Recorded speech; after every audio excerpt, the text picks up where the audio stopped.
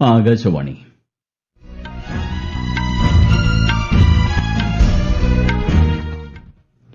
നമസ്കാരം. വാർത്തകൾ വായിക്കുന്നത് ഗോപകുമാർ.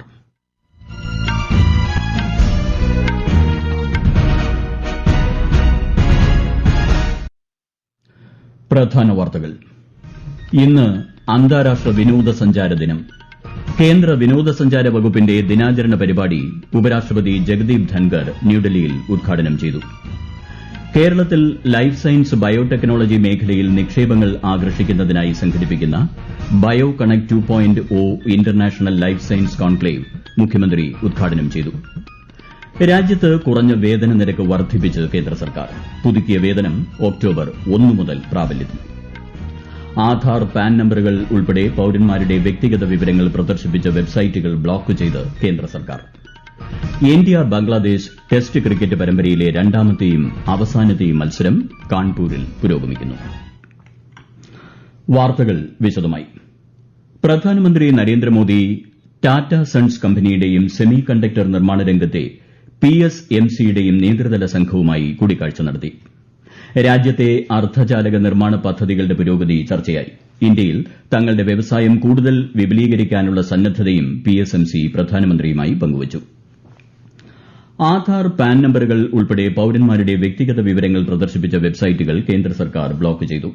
2016ലെ ആധാർ നിയമം അനുസരിച്ചാണ് നടപടി. ഈ വെബ്സൈറ്റുകളിൽ സുരക്ഷാ പ്രശ്നങ്ങൾ നിലനിൽക്കുന്നതായി Indian computer emergency response team അറിയിച്ചിരുന്നു. പ്രശ്നങ്ങൾ പരിഹരിക്കുന്നതിനും തുടർ നടപടികളെക്കുറിച്ച് വെബ്സൈറ്റ് ഉടമകൾക്ക് നിർദ്ദേശം നൽകിയിട്ടുണ്ട്. പ്രധാനമന്ത്രി നരേന്ദ്രമോദിയുടെ നേതൃത്വത്തിലുള്ള കേന്ദ്ര സർക്കാർ മൂന്നാം തവണയും അധികാരത്തിൽ വന്ന് 100 ദിവസം പിന്നിടുമ്പോൾ ഫുഡ് കോർപ്പറേഷൻ ഓഫ് ഇന്ത്യ പൊതു സ്വകാര്യ പങ്കാളിത്തത്തോടെ ആവിഷ്കരിച്ചത് നിരവധി നൂതന പദ്ധതികൾ. രാജ്യത്തിന്റെ ഭക്ഷ്യധാന്യ വിതരണ ശൃംഖലയെ നവീകരിക്കുകയും അവശ്യവസ്തുക്കളുടെ കാര്യക്ഷമവും സുസ്ഥിരവുമായ സംഭരണവും നീക്കവും ഉറപ്പാക്കുകയാണ് ലക്ഷ്യം. ബീഹാർ, പഞ്ചാബ്, ഗുജറാത്ത് തുടങ്ങിയ സംസ്ഥാനങ്ങളിലായി 50,000 മെട്രിക് ടൺ ശേഷിയുള്ള 6ഓളം സംഭരണ കേന്ദ്രങ്ങൾ സജ്ജമാക്കാൻ FCIക്ക് കഴിഞ്ഞു. ഗ്ലോബൽ ഇന്നൊവേഷൻ ഇൻഡെക്സ് 2024ൽ 39ാം സ്ഥാനത്തേക്ക് ഉയർന്ന് ഇന്ത്യ. 2015ൽ GII റാങ്കിംഗിൽ രാജ്യം 81ാം സ്ഥാനത്തായിരുന്നു. മധ്യ ദക്ഷിണേഷ്യൻ മേഖലയിലെ 10 സമ്പദ് വ്യവസ്ഥകളിൽ ഇന്ത്യ 1ാം സ്ഥാനത്താണെന്ന് കേന്ദ്ര വാണിജ്യ വ്യവസായ മന്ത്രി പീയൂഷ് ഗോയൽ പ്രഖ്യാപിച്ചു. താഴ്ന്ന ഇടത്തരം വരുമാനമുള്ള സമ്പദ് വ്യവസ്ഥകളിലും ഇന്ത്യ 1ാം സ്ഥാനത്താണെന്ന് അദ്ദേഹം പറഞ്ഞു. 133 ആഗോള സമ്പദ് വ്യവസ്ഥകളുടെ പ്രകടനമാണ് ഗ്ലോബൽ ഇന്നൊവേഷൻ ഇൻഡെക്സ് 2024 വിലയിരുത്തിയത്. രാജ്യത്ത് കുറഞ്ഞ വേതന നിരക്ക് വർദ്ധിപ്പിച്ചതായി കേന്ദ്ര സർക്കാർ. അടുത്ത മാസം 1 മുതൽ പുതിയ വേതന നിരക്ക് പ്രാബല്യത്തിൽ വരും. വിശദാംശങ്ങളിലേക്ക്. നിർമ്മാണ തൊഴിലാളികൾ, തൂപ്പുകാർ, ശുചീകരണ തൊഴിലാളികൾ, കയറ്റിറക്ക് തൊഴിലാളികൾ തുടങ്ങിയവർക്ക് വേതന വർധന ഏറെ പ്രയോജനപ്പെടും. നൈപുണ്യ നിലവാരത്തെ അടിസ്ഥാനമാക്കിയാണ് മിനിമം വേതന നിരക്കുകൾ തരംതിരിച്ചിരിക്കുന്നത്.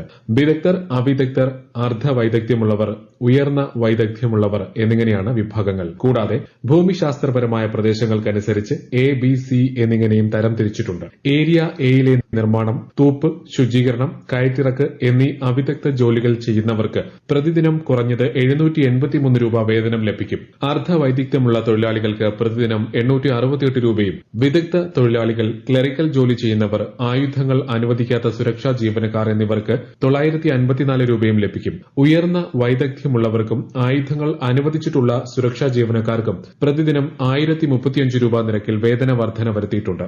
News desk, Akashvani. Commonwealth parliamentary അസോസിയേഷന്റെ ഇന്ത്യ റീജിയൻ സോൺ 3യുടെ ദ്വിദിന വാർഷിക സമ്മേളനത്തിന് ഇന്ന് മിസോറാമിലെ ഐസ്വാളിൽ തുടക്കം. സമ്മേളനത്തോടനുബന്ധിച്ചുള്ള യോഗത്തിൽ ലോക്സഭാ സ്പീക്കർ ഓം ബിർള പങ്കെടുക്കും. മിസോറാം നിയമസഭയിലെ ലൈബ്രറിയിൽ പുതുതായി സ്ഥാപിച്ച ആർക്കൈവ് സെല്ലിന്റെ ഉദ്ഘാടനം അദ്ദേഹം നിർവഹിക്കും. രാജ്യസഭാ ഡെപ്യൂട്ടി ചെയർമാൻ ഹരിവംശ് നാരായൺ സിംഗും സമ്മേളനത്തിൽ പങ്കെടുക്കുന്നുണ്ട്. ജമ്മു കാശ്മീരിൽ നിയമസഭാ തെരഞ്ഞെടുപ്പിന്റെ മൂന്നാമത്തെയും അവസാനത്തെയും ഘട്ട പ്രചാരണം ഊർജ്ജിതം. വിവിധ രാഷ്ട്രീയ പാർട്ടികളുടെ നേതാക്കൾ റാലികളും റോഡ് ഷോകളുമായി പ്രചാരണത്തിൽ സജീവമാണ്. പ്രധാനമന്ത്രിയും BJPയുടെ മുതിർന്ന നേതാവുമായ നരേന്ദ്രമോദി നാളെ ജമ്മുവിലെത്തും.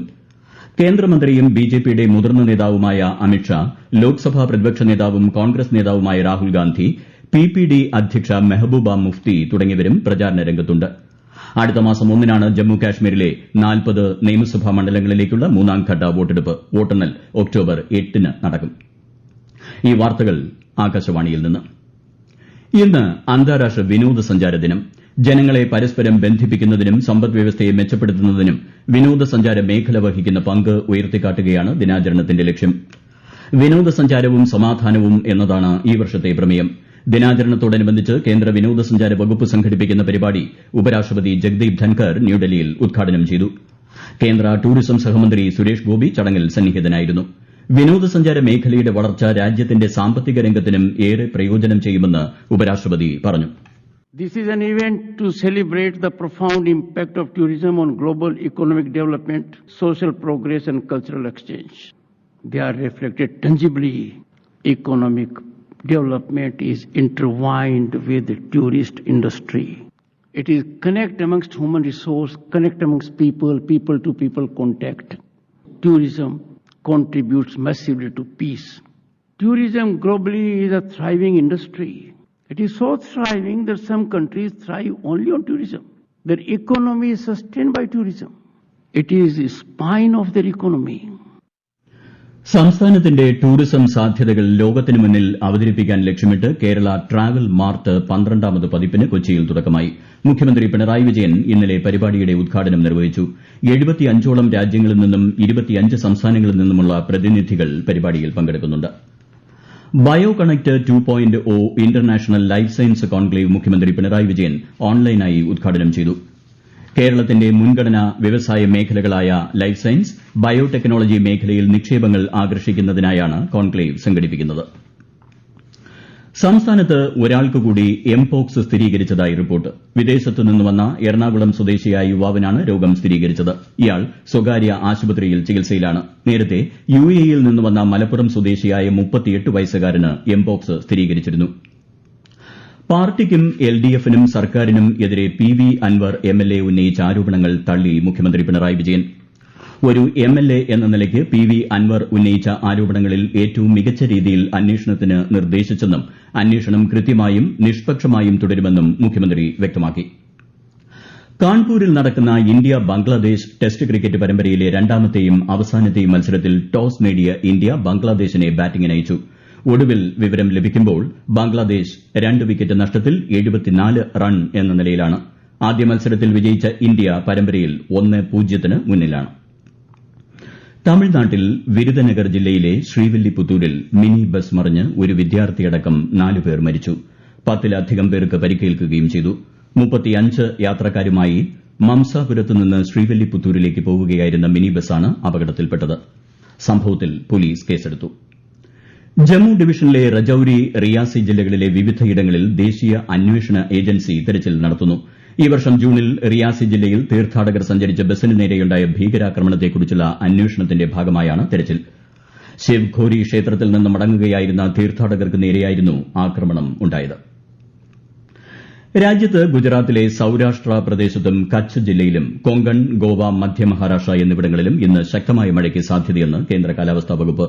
പശ്ചിമബംഗാൾ, സിക്കിം, അരുണാചൽ പ്രദേശ്, അസം തുടങ്ങിയ ഇടങ്ങളിലും ശക്തമായ മഴയ്ക്ക് സാധ്യതയുണ്ട്. യുഎസിൽ മണിക്കൂറിൽ 225 കിലോമീറ്റർ വേഗതയുള്ള കാറ്റഗറി 4ൽപ്പെട്ട ശക്തമായ കൊടുങ്കാറ്റായ ഹെലീൻ കരതൊട്ടു. വടക്കൻ ഫ്ലോറിഡയിൽ ഒരാൾ മരിച്ചു.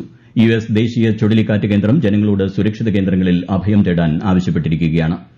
Florida, Georgia, Carolinas, Virginia, Alabama എന്നിവിടങ്ങളിൽ അടിയന്തരാവസ്ഥ പ്രഖ്യാപിച്ചു. പോഷൺ മാസാചരണ പരിപാടികളുടെ ഭാഗമായി ലക്ഷദ്വീപിലെ 10 ദ്വീപുകളിലും വിവിധ ബോധവൽക്കരണ പരിപാടികൾ പുരോഗമിക്കുന്നു. ആന്ത്രോത്ത് നവജാത ശിശുക്കൾ മുതൽ 6 വയസ്സുവരെയുള്ള കുട്ടികളുടെ വളർച്ച നിരീക്ഷിക്കുന്ന നടപടിയും തുടരുകയാണ്. ഏക് പേഡ് മാ കെ നാം ക്യാമ്പയിന്റെ ഭാഗമായി അമ്മമാരും കുഞ്ഞുങ്ങളും ചേർന്നുള്ള വൃക്ഷത്തൈകൾ നട്ടുപിടിപ്പിക്കലും നടക്കുന്നുണ്ട്. പ്രധാന വാർത്തകൾ വീണ്ടും. ഇന്ന് അന്താരാഷ്ട്ര വിനോദസഞ്ചാര ദിനം. കേന്ദ്ര വിനോദസഞ്ചാര വകുപ്പിന്റെ ദിനാചരണ പരിപാടി ഉപരാഷ്ട്രപതി ജഗദീപ് ധൻകർ ന്യൂഡൽഹിയിൽ ഉദ്ഘാടനം ചെയ്തു. കേരളത്തിൽ ലൈഫ് സയൻസ്, ബയോടെക്നോളജി മേഖലയിൽ നിക്ഷേപങ്ങൾ ആകർഷിക്കുന്നതിനായി സംഘടിപ്പിക്കുന്ന bio connect 2.0 international life science conclave മുഖ്യമന്ത്രി ഉദ്ഘാടനം ചെയ്തു. രാജ്യത്ത് കുറഞ്ഞ വേതന നിരക്ക് വർദ്ധിപ്പിച്ച് കേന്ദ്ര സർക്കാർ. പുതുക്കിയ വേതനം ഒക്ടോബർ 1 മുതൽ പ്രാബല്യത്തിൽ. ആധാർ, പാൻ നമ്പറുകൾ ഉൾപ്പെടെ പൌരന്മാരുടെ വ്യക്തിഗത വിവരങ്ങൾ പ്രദർശിപ്പിച്ച വെബ്സൈറ്റുകൾ ബ്ലോക്ക് ചെയ്ത് കേന്ദ്ര സർക്കാർ. ഇന്ത്യ ബംഗ്ലാദേശ് ടെസ്റ്റ് ക്രിക്കറ്റ് പരമ്പരയിലെ രണ്ടാമത്തെയും അവസാനത്തെയും മത്സരം കാൺപൂരിൽ പുരോഗമിക്കുന്നു. വാർത്തകൾ കഴിഞ്ഞു. അടുത്ത വാർത്താ പ്രക്ഷേപണം വൈകിട്ട് 6:30.